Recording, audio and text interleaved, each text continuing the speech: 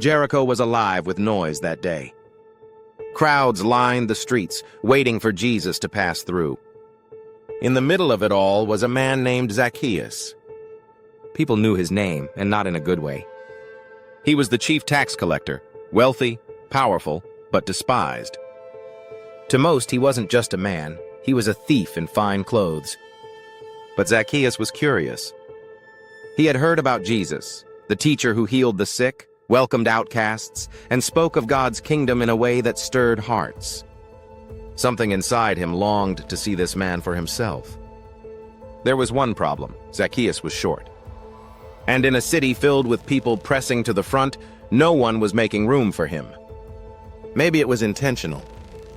Maybe they thought, why should he get a better view after all he's done to us? But Zacchaeus was determined.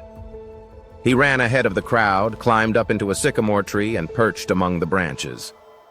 From there, he had a perfect view of the road. The crowd grew louder as Jesus approached. Dust swirled, voices rose. And then, in the middle of the noise, Jesus stopped.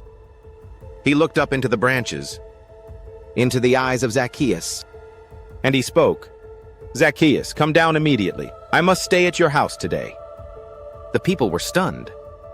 Out of everyone in Jericho, Jesus had chosen him? The sinner? The cheat? But Zacchaeus scrambled down, heart pounding, joy flooding through him. He welcomed Jesus gladly. Whispers spread quickly. He's gone to be the guest of a sinner. But while the crowd grumbled, something inside Zacchaeus shifted.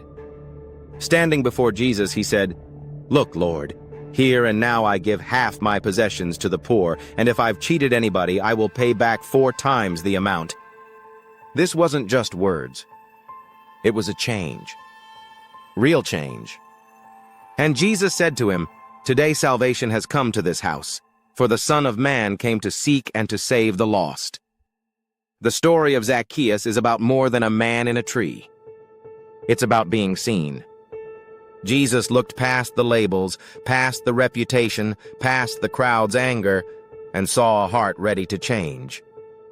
We all have walls we hide behind, reputations we wish were different, mistakes we carry. But this story reminds us, Jesus doesn't just see who we are, he sees who we can become. And like Zacchaeus, when we encounter his grace, we're never the same.